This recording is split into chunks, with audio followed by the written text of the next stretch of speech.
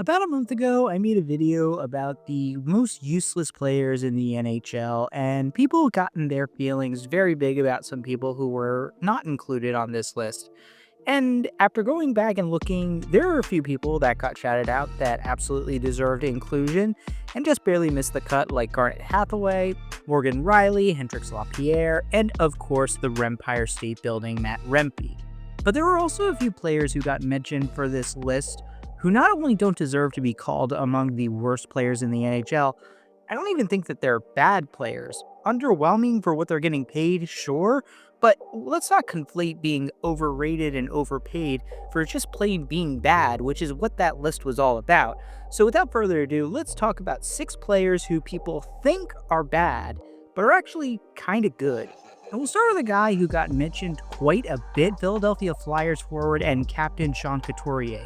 Yes, I know he has had a disappointing season offensively, with only 5 goals and 26 points on the season, but he is still one of the best defensive forwards in the entire NHL, and that elite defense more than outweighs his lackluster offensive performance and still makes him one of the more valuable forwards on the Philadelphia Flyers. And I know that he's the Flyers' second highest paid forward behind Travis Konechny, and he's still locked into that contract for another 4 years after this one, and that's certainly not good for his production so far, but he's still overall a positive contributor for the Philadelphia Flyers. Another guy who some people thought should be included on this list is LA Kings defenseman, their longest tenured defenseman, Drew Doughty. And honestly, I don't understand this at all. Yes, Drew Doughty has had a down year offensively, and in part that's because of the injuries, but defensively, he's not just good, he's elite. He's in the 96th percentile of advanced defensive metrics per Hockey Stat Cards, which has him rated as the second best defenseman on the LA Kings defensive core. And I know that that's like being the world's tallest dwarf, but it's still something, and it just proves that it's the defensive core that Ken Holland has built that is the main issue. And Drew Doughty's just not able to prop that group up, which, maybe you shouldn't be expecting from a 36-year-old defenseman. Another older defenseman I saw a lot of people saying should be included on this list is New Jersey Devils defenseman Dougie Hamilton. And again, for the money, I get the argument. He's not a $9 million a year defenseman, or at least he's not playing like it, but he's still a net positive for a New Jersey Devils team that has been horrible this year and plagued by injuries. 7 goals and 21 points and a solid defensive defenseman, not terrible, and not something that a lot of teams are going to turn their noses up at. I think if he gets dealt at the deadline, which is looking like it's a possibility, he's going to fetch a bigger return than a lot of people think. I think he's still got some good years left in him. And let's keep it in the Metro Division, because there's another player across the Hudson River in New York that the Rangers fans seem to want to get rid of.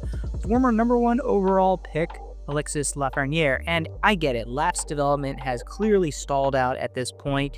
The change to Mike Sullivan hasn't really helped, but he's still a net positive contributor. He's 5th on the team in points with 32, along with 12 goals, which means he's probably going to put up about 20 and 50 on the season.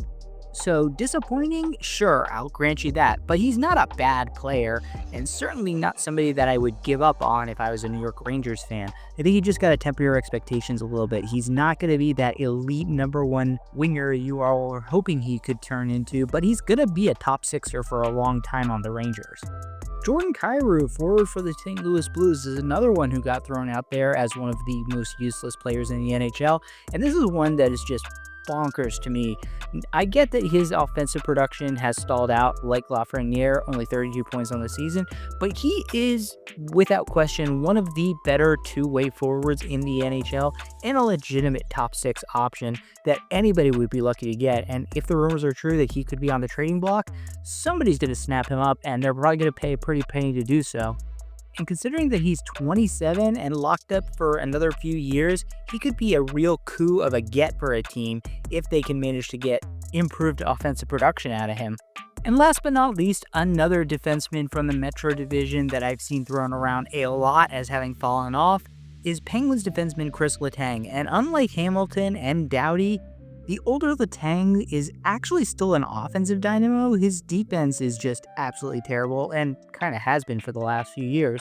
But that offensive production far outweighs his defensive liabilities.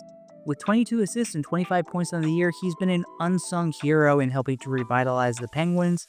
And while he's not the player that he used to be, still very effective and still a big contributor for the Penguins and definitely not useless.